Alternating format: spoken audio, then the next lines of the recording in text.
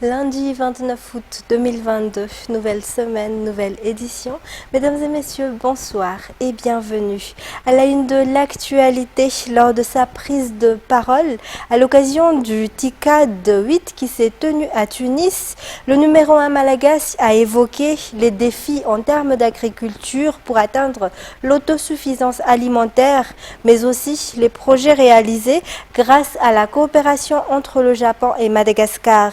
Il a également appelé les participants à traduire les résolutions de la TICAD en actions concrètes. Les détails avec Judikael Ranjaniri.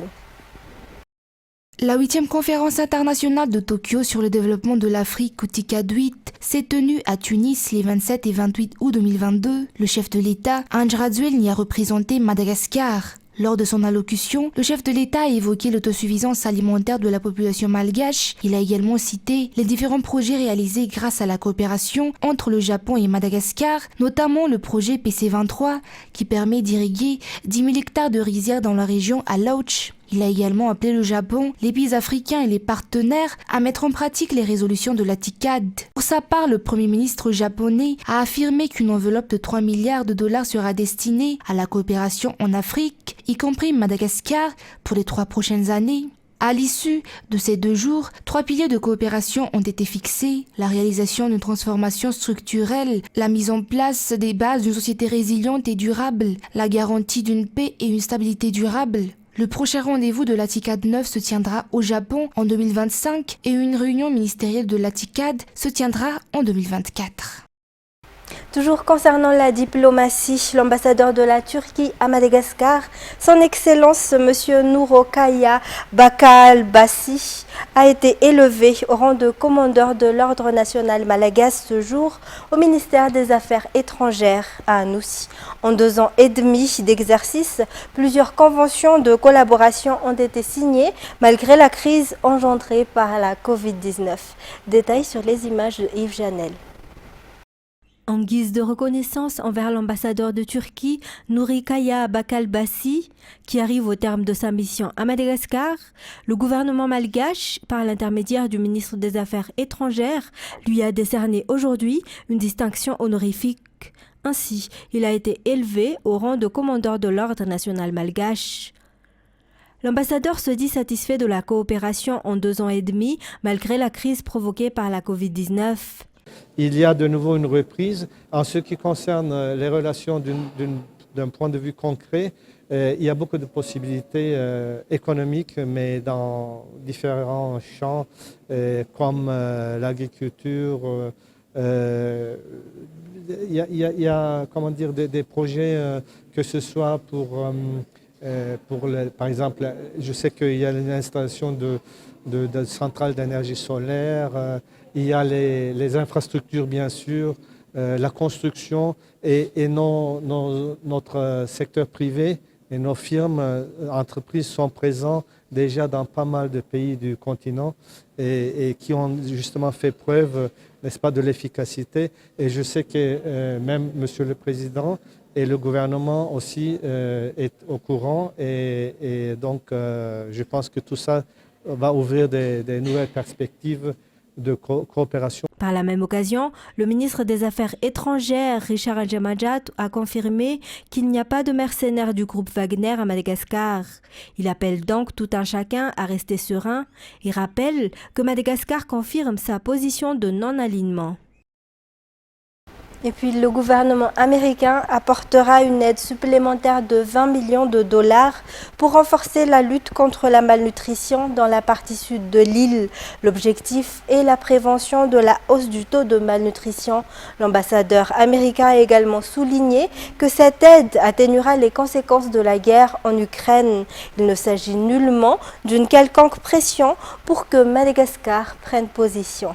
C'est Sylvain Sech Indianab. Selon une étude menée par le PAM, le nombre de personnes souffrant de malnutrition dans la partie sud de l'île augmentera de 2% d'ici mars 2023. Le soutien à cette population est donc primordial. Ainsi, le gouvernement américain allouera des fonds supplémentaires de 20 millions de dollars à Madagascar, dont une partie sera utilisée pour la gestion de crise et une autre pour affronter la sécheresse qui sévit dans le sud. Par ailleurs, cette aide servira également à faire face à l'inflation causée par la guerre entre la Russie et l'Ukraine, explique l'ambassadeur Claire Pierangelo.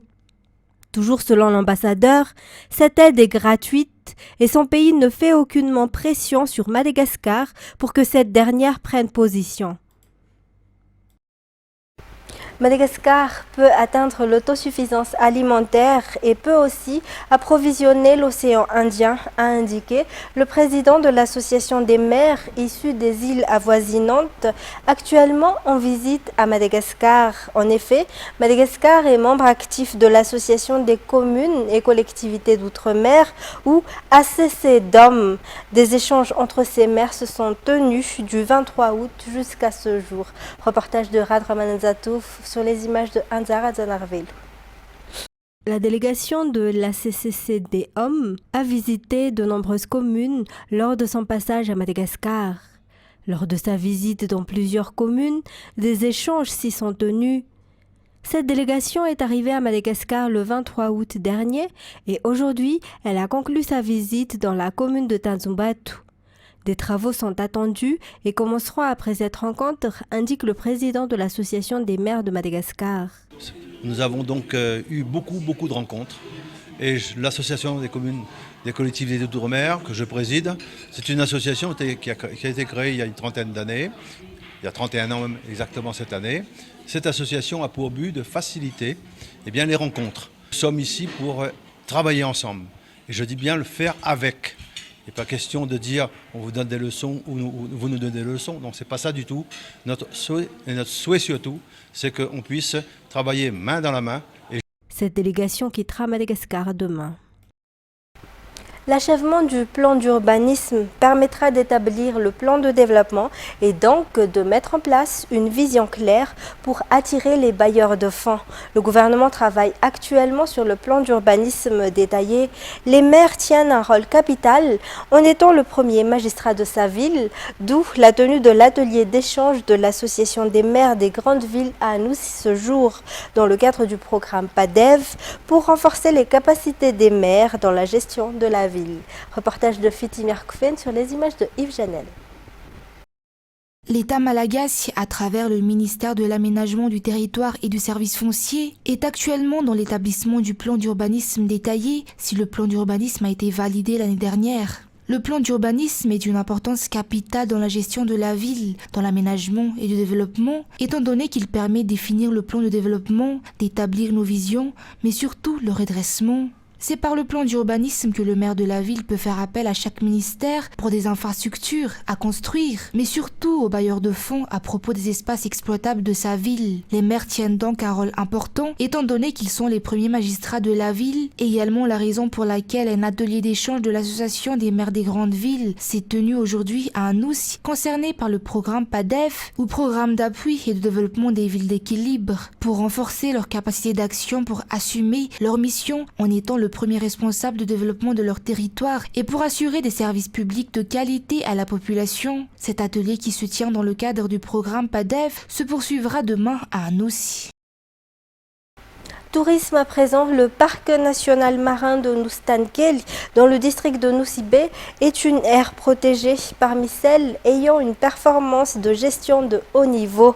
Il attire des touristes et la coordination de la gestion de l'île suit un bon mécanisme, que ce soit au niveau financier que dans la préservation du parc. Pour ces raisons, entre autres, plusieurs partenaires avec l'USAID ITAO se donnent la main pour introduire Nuustankel dans la liste verte de l'UICN ou Union internationale pour la conservation de la nature. Natera Koutmaaf.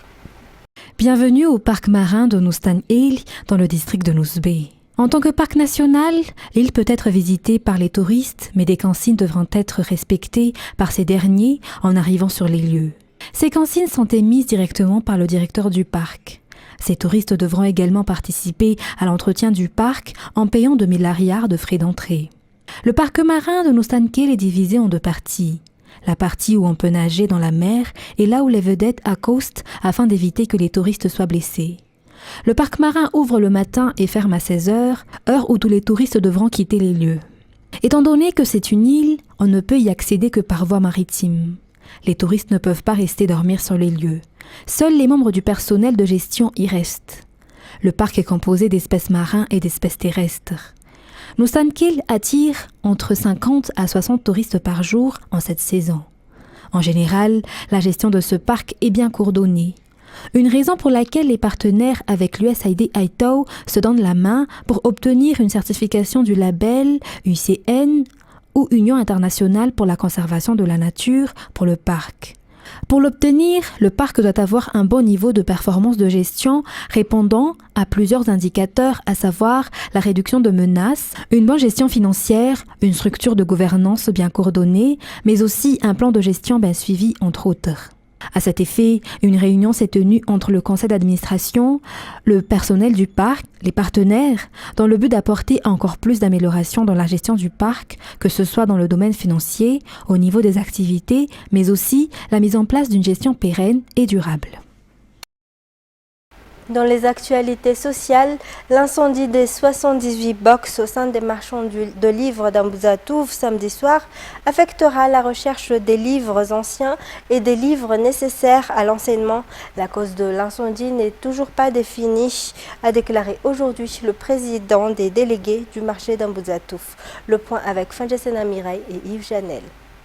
La rentrée des classes est une période où les parents et élèves recherchent et achètent des livres et des manuels à Ambuzatouf.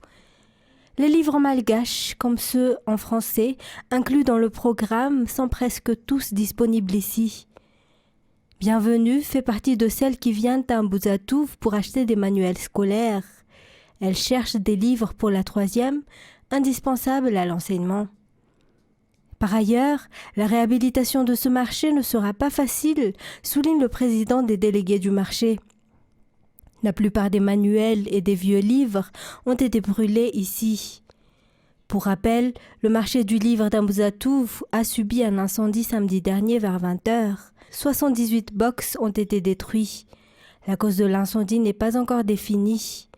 Selon l'agent de sécurité, il y avait une odeur d'essence, raison pour laquelle le président des délégués du marché soutient que c'était un incendie volontaire, donc criminel.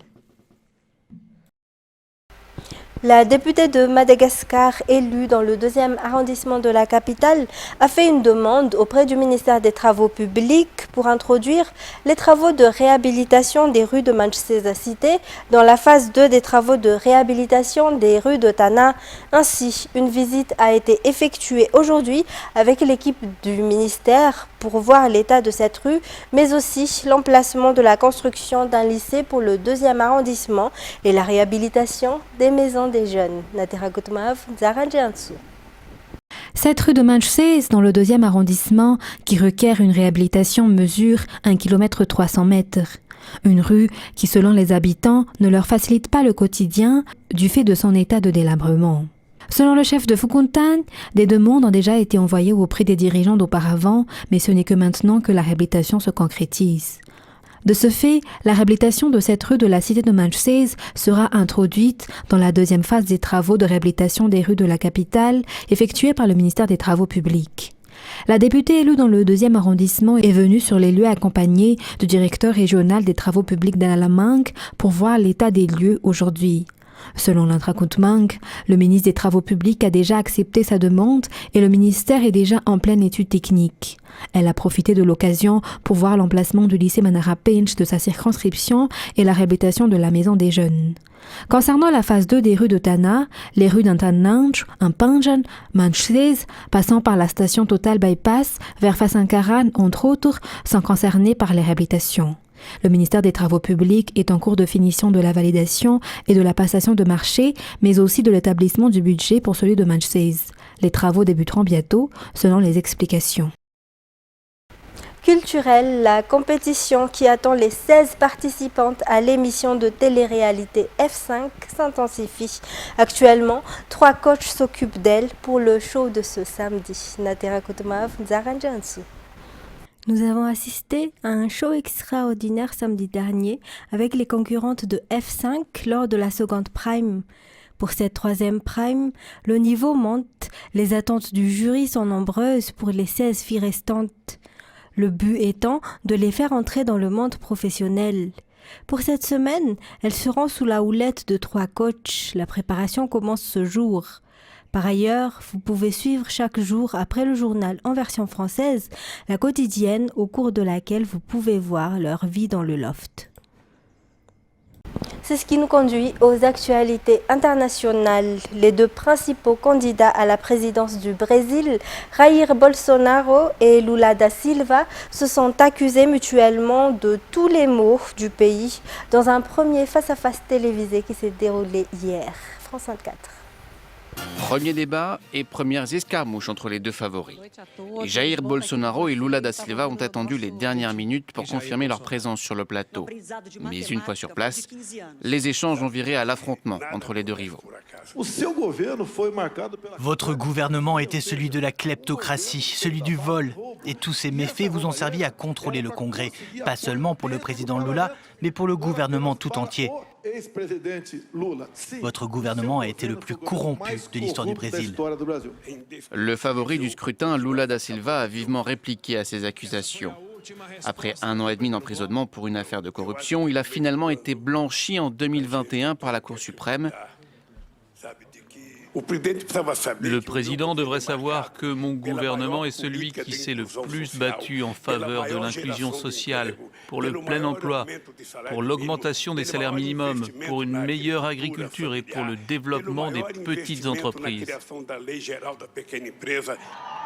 La route jusqu'à l'élection d'octobre est encore longue.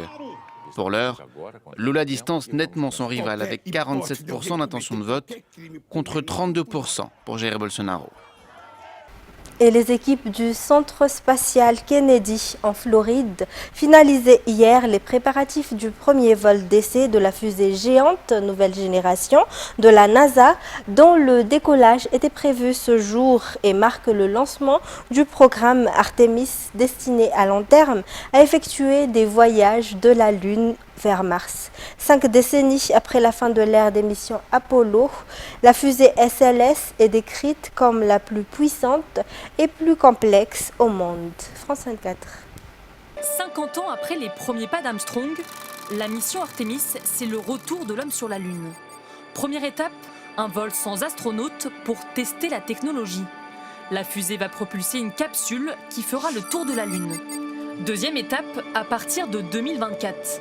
Cette fois, le vol sera habité et, grande nouveauté, une nouvelle station spatiale sera installée en orbite. Enfin, dernière étape, à partir de 2025, des astronautes se poseront sur la Lune pendant 1 semaine. Parmi eux, il y aura une femme, un programme décidément historique pour la NASA.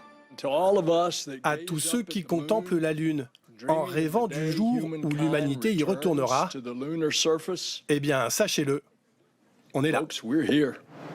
Cette fusée part de l'autre bout de l'Atlantique, mais elle porte aussi les couleurs de l'Europe. Le module de propulsion de la capsule a été conçu par l'Agence spatiale européenne, une pièce essentielle. Le Français Thomas Pesquet, venu assister au décollage, en découvre tous les détails. Celui-là, on va le retrouver autour de la Lune dans pas si longtemps. Est-ce que qui sera à bord? Ça, c'est la grande question. Lui, en tout cas, en rêve, et pourquoi pas? Car la NASA devrait proposer une ou plusieurs places à des astronautes européens pour des vols vers la Lune. Pour terminer, le directeur général de l'Agence internationale de l'énergie atomique a annoncé ce jour être en route vers la centrale nucléaire ukrainienne de Zaporizhzhia, cible ces dernières semaines de frappe, faisant craindre le risque d'un accident majeur. France 24. Des semaines d'attente pour ce qu'il y a eu des semaines de négociations. Il faut savoir que cette équipe qui se tient derrière Raphaël Grossi a été le sujet d'âpres négociations. Sur cette photo, on voit donc 14 personnes dont Raphaël Grossi. Il faut savoir que sur ces 13 experts, eh bien, il y en a 2 qui sont de pays considérés comme pro-ukrainiens, 2 qui sont de pays considérés comme pro-russes, le reste étant composé d'ingénieurs issus de pays qui sont considérés comme neutres ou n'ayant pas pris part à ce conflit conflit. Alors, de manière intéressante, la France apparemment serait représentée dans ce groupe de spécialistes. Ils vont se rendre sur place, selon la présidence française, qui a eu, suite à un appel entre Emmanuel Macron et Vladimir Poutine plutôt, eh bien, ils vont se rendre sur cette centrale nucléaire via le territoire ukrainien. Là aussi, ça a été le sujet d'âpres négociations dans les semaines qui ont précédé. Les Russes insistaient pour qu'ils passent par les zones occupées par l'armée russe, alors que les Ukrainiens y voyaient une façon de légitimer l'occupation. Et puis, bien, l'objectif de cette visite pour ces ingénieurs, ça va être de vérifier l'état de cette centrale, l'état physique. On sait que des obus tombent très près des réacteurs. Selon certains rapports, eh bien, un obus serait tombé hier à 100 mètres de l'un des réacteurs lui-même, abîmant un bâtiment dit spécial, donc potentiellement un bâtiment technique, mais on n'en sait pas plus. On sait que dans la ville d'Enerhodar, il y a eu des dégâts importants sur des bâtiments. On sait également eh bien, qu'il y a un peu un vent de panique dans la région avec la distribution de capsules d'iode à la population au cas où il y aurait des fuites nucléaires. Les autorités ukrainiennes, il y a 2 ou 3 jours, avaient dit qu'il y avait un risque de projection de matière radioactive et d'hydrogène depuis la centrale suite à une frappe qui avait endommagé la structure. Donc oui, c'est un pas important, cette inspection, alors que l'Europe s'inquiète de voir une potentielle catastrophe nucléaire ici. Mesdames et messieurs, c'est la fin de cette édition. Je vous remercie de l'avoir suivi. Toute l'équipe de la rédaction vous donne rendez-vous dès demain pour de nouvelles actualités. Au revoir et passez une excellente soirée en notre compagnie.